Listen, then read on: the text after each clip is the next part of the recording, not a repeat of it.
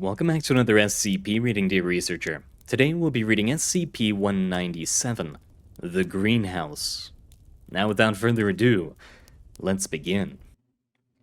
Item number, SCP-197, Object Class, Safe. Special Containment Procedures. Previously it was written, SCP-197 is maintained on-site by local research team Beta-5, Green Thumbs. Plants may not be removed from SCP-197 without permission from the plant, Dr. Kinsley, and appropriate documentation. Plants which are removed from SCP-197 must be monitored and retrieved if necessary. Now it is written, to maintain secrecy, SCP-197 must be emptied and abandoned. Under cooperation with local city officials, the building and many other nearby structures have been condemned. On-site security are to check the premises on a weekly basis to physically remove any plant material. The use of fire is not recommended unless it is necessary to facilitate the total removal of any vegetation found within SCP-197. Herbicides are to be applied on a monthly basis to discourage any future attempt at growth. Description: SCP-197 is a plant nursery and greenhouse located at a redacted location. Currently, the site is abandoned, although previous containment procedures were to maintain the location as a nursery. Most of the anomalous properties of SCP-197 are located within the glass structure of the greenhouse, although research conducted at the time of the site's abandonment suggests that SCP-197 has a wide sympathetic influence on the surrounding area, which has displayed levels of deterioration equal to SCP-197 itself.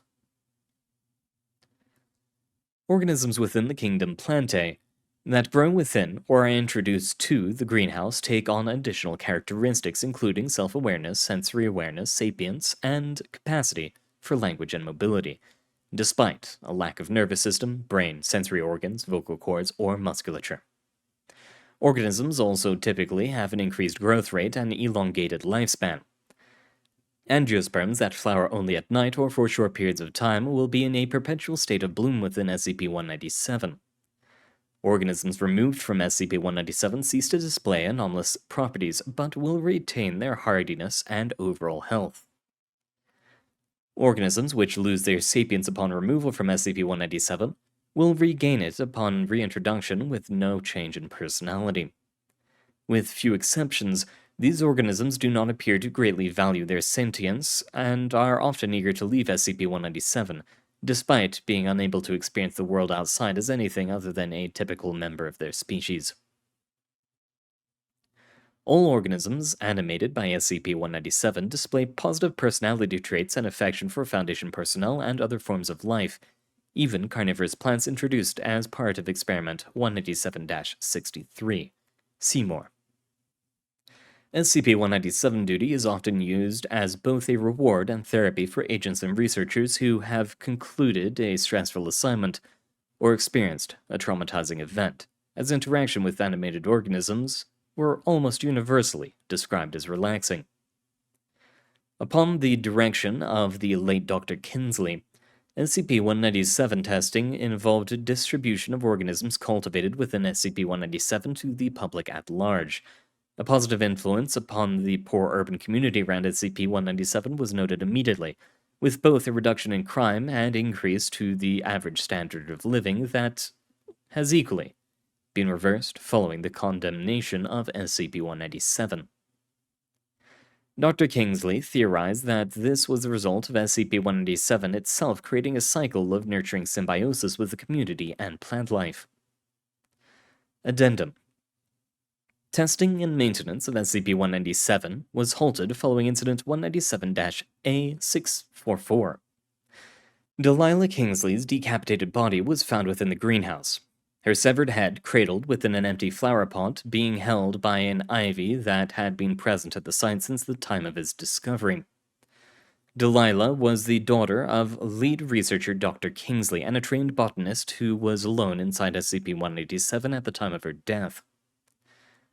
This was the first instance of any act of violence on the part of organisms raised within SCP-197.